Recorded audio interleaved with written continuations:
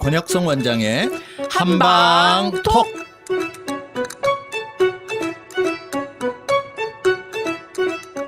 안녕하세요, 청취자 여러분. 권혁성입니다. 안녕하세요, 서유경입니다. 네. 어저께 말복인데 많이 더우셨어요. 매일매일 덥고 예. 말복이 이제 지났지만 앞으로도 더울 것 같습니다, 선생님. 그렇죠. 아마 10월 추석 네네. 우리 연휴 때까지 더위가 맞아요. 쭉 가지 않을까 그런 그러니까요. 불안감이 옵니다. 저 대학교 1학년 때만 해도 기억이 네. 나거든요. 가을에 뭘 입었는지. 근데 지금은 그러니까 그때가 9월이었는데 그때 시원했거든요. 그게 기억이 선명한데 지금은 이제 그래도 참 예전보다 네네. 에어컨들이 있어서 네네. 좀 나기는 열대야에서 좀 벗어나기는 좀 좋은데 네네. 그래도 밖이 더 더워져. 그래서 더위에 대한 인내가 더 없어지지 않았나 맞아요. 이런 생각은 맞아요. 또 해봅니다. 네네. 선생님, 제가 미용실에 다녀왔어요. 네. 그 미용사 선생님께서 오늘은 빨리 가야 된다고 하시길래 어디 가셔야 되나 약속 있으세요? 하니까 머리 자르러 가셔야 된다고 하시더라고요. 그래서 궁금했어요, 정말. 한의사 선생님들은 한의원에서 스스로 침 놓으시는지 그래요. 얘가 아프면 궁금하더라고요. 어떻게 아니면 하느냐. 집에서 가족들은 놔주시는지 궁금하더라고요. 네. 물론 가족들 치료하죠. 항상 제 차나 제 지갑에 침이 한 쌈 정도는 들어있어서 정말요? 응급할 때 치료할 대비로 하고요. 그렇지만 하루 종일 환자 보고 와서 집에서 가족이 아프다고 그러면은 좀 피곤하기는 합니다. 병원 가라 이렇게 하시나요? 그래서 이제 제 아내가 또 불만이기도 하죠. 아픈 나는 왜 안 봐줘? 이런 불만이기도 선생님 합니다. 몸에 직접 놔보신 적 있으세요? 예, 그럼요. 제가 이제 주변에 사람이 없을 때 제가 응급한 상황이 생겼을 때는 제가 저 몸에 직접 치료하기도 합니다. 네, 문득 그 미용실에서 선생님이 생각이 나더라고요. 오늘 주제는 아토피인데요. 지난주에 이어서 이제 우리가 피부 질환에 대해서 많이 알아보고 있는 것 같은데, 근데 실제로 주변에 이런 질환으로 고생하시는 부모님들이나 또 아이들이 많아가지고 되게 유용할 것 같아요. 네. 근데 궁금한 거는 지난번에도 햇빛 알러지랑 아토피는 다르다라고 정리하고 갔었는데 아토피랑 알러지랑 어떻게 다른 건지. 네. 용어가 많이 헷갈리죠. 네네, 맞아요. 맞습니다. 어떤 경우에는 접촉성 피부염, 알레르기, 네. 피부염, 아토피, 네네네. 햇빛 알레르기, 다 피부에 생긴 병이고요. 다 과민성이 있는 거예요. 네네네. 사실은 어떻게 진단명을 붙이냐에 대한 차이인데 치료하는 원리나 관리하는 원리는 사실은 많이 유사하다라고 보시면 돼요. 그래서 사실은 아토피라고 이제 제일 많이 알려져 있잖아요. 그리고 특히 이제 아토피는 아이들을 가진 엄마들이 네네. 아토피를 앓고 있는 아이들이 많기 많죠. 때문에 관심을 많이 가지는데 이제 아토피라는 뜻은 그냥 아토피라는 거 이제 어원이 민감하다. 그리고 이제 특이적인 반응이다. 그런 뜻으로서 아토피 비정상적이다. 이런 뜻이거든요. 그래서 비정상적으로 특이적으로 나오는 피부 질환을 아토피 더마타이티스, 아토피성 피부염이라고 국제적으로 명명을 한 거예요. 네. 그래서 이제 특이적인 아토피가 어떤 질환이냐에 대해서는 네네네. 그러면 이제 적으로 정의를 내려놨죠. 그러면 국제적으로 이런 질환을 아토피라고 우리가 정의하자라고 진단을 내렸습니다. 뭐 좀 소개해 주세요, 선생님. 네, 이제 원래 이제 이런 질환들 암이다 그러면 우리가 조직 검사를 해서 그렇죠. 암 조직 인자가 보이면 암이라고 진단을 하잖아요. 근데 이제 아토피라는 거는 어차피 임상적으로 접근할 수밖에 없어요. 조직 검사를 해서 이게 아토피냐 아토피냐 감별 진단할 때는 필요하겠지만 네. 아토피를 진단을 위해서 조직 검사까지는 하지 않고요. 네네. 그래서 아토피는 임상적으로 우리가 국제적인 기준에 따라서 네네. 주 진단 기준이 있어요. 3가지 중에 2가지가 있으면 아토피라고 진단합니다. 그게 뭐냐면 첫 번째는 가려워야 돼요. 가려움증이 있고요. 두 번째는 특정적인 곳에 특정적인 모양의 태선화 같은 것들이 나타나요. 태선화. 주로 태선화.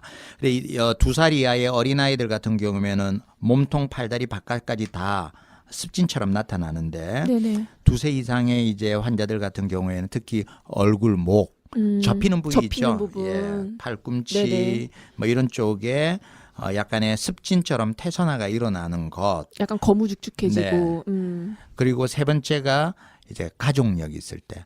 이 세 가지 기준 중에 두 가지가 있으면 일단 아토피다라고 진단을 내리고요. 네. 그 외에 이제 보조 진단이 있는데 이 보조 진단 중에 네 가지 이상이 해당이 된다라고 하면 이제 아토피라고 생각을 해요. 네네. 먼저 이제 피부가 굉장히 건조해져요. 음. 그리고 이제 두 번째는 백색 비강진이 발생하죠. 그래서 백버짐이라고 하는데 네. 백색으로 뭐 거칠거칠하게 일어나는 거 있죠. 그런 것들이 생기고요. 아, 버짐 핀다 할 네, 때. 그런 것들 네네네. 같은 거. 뭐 다 아실 거예요. 그죠? 네네. 눈 주위에 이제 색소 침착이 되죠. 네.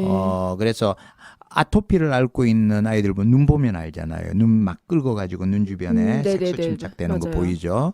그리고 귀 쪽으로 많이 일어나요. 네네. 그리고 입술 주변에 보면은 구순염처럼 퍼석퍼석하게 되고 생기죠.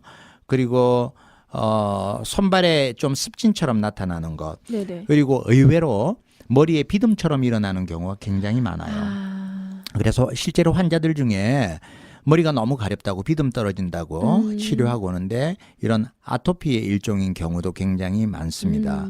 그리고 유두 습진, 그러니까 가슴 유두 남자든 여자든 네네. 그쪽에 가렵고 습진처럼 나오는 것.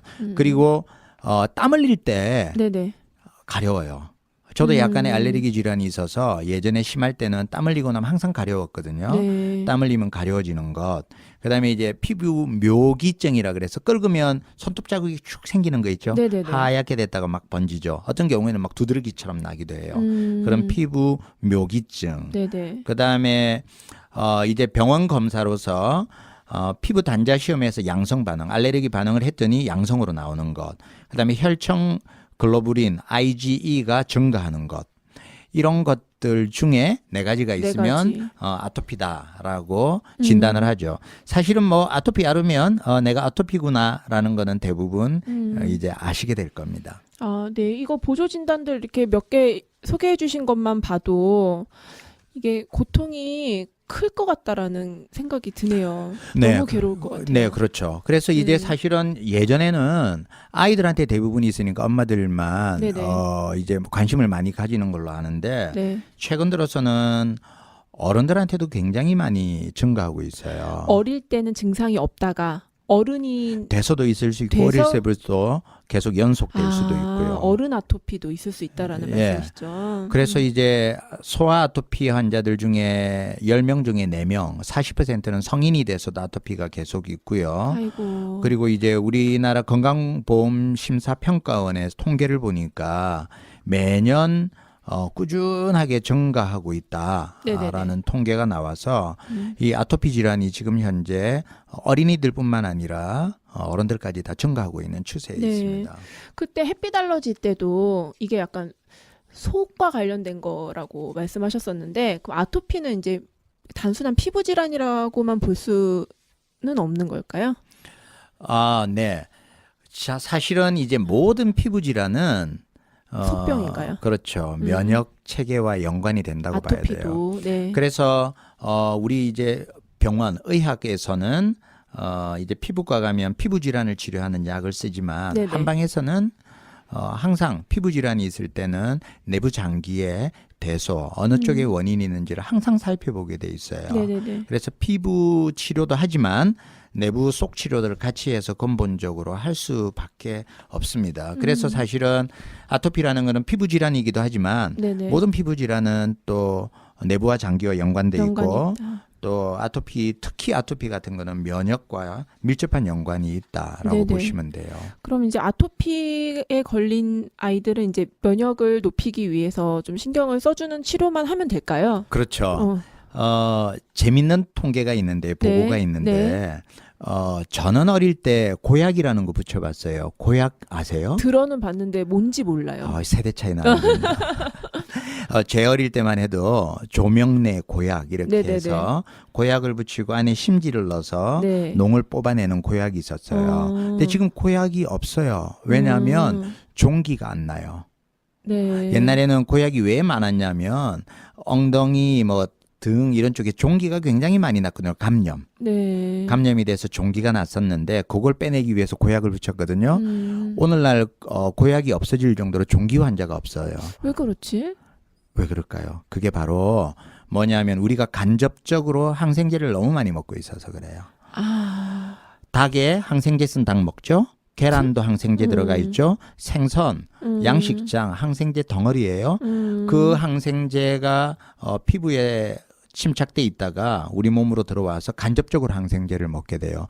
그래서 아이들이 종양이라는 그런 병에 감염은 덜 되지만 그것 때문에 면역 체계가 약해져요.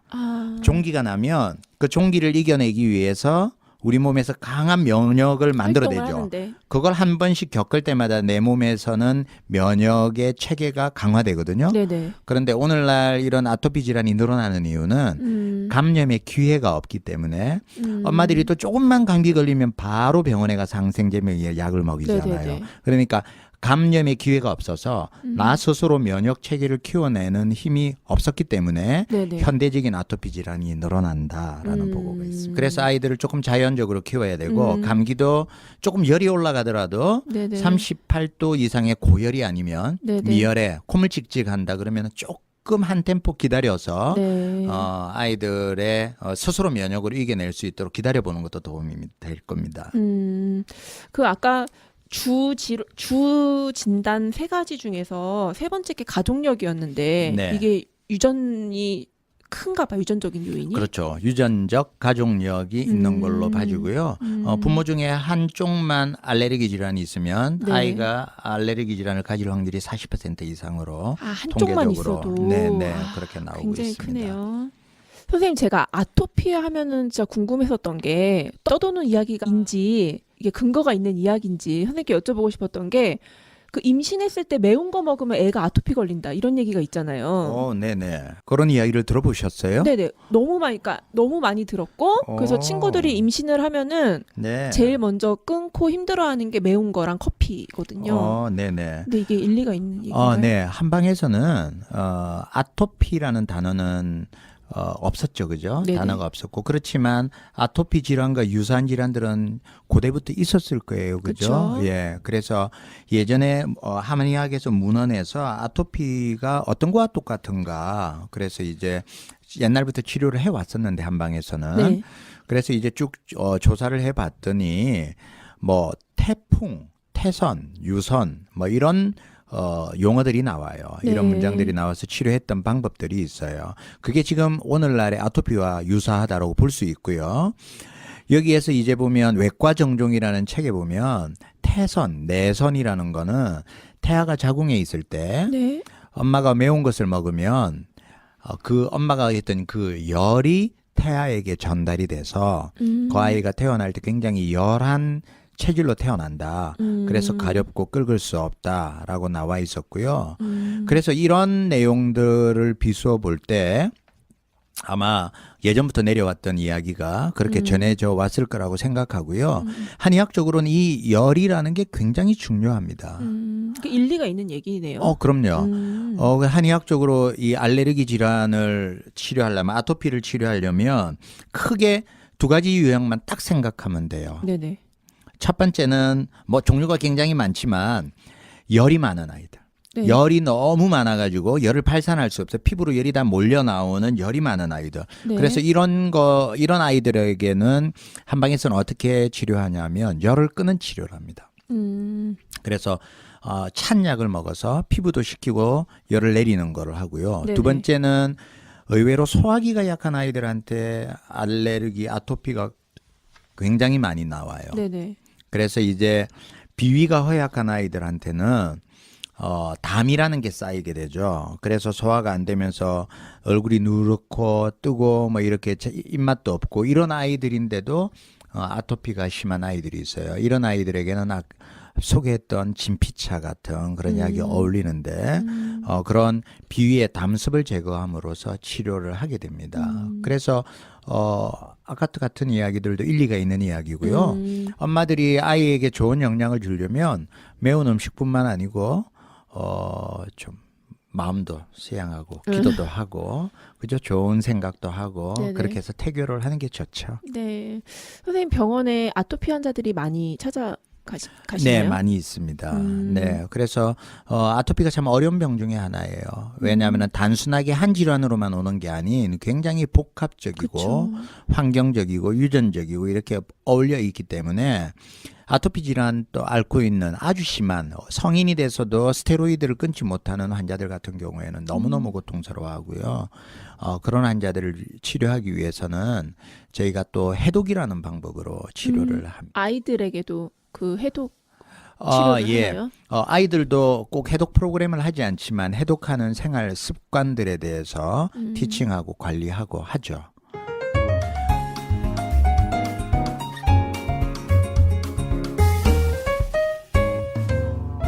여러분은 지금 권혁성 원장의 한방톡을 듣고 계십니다.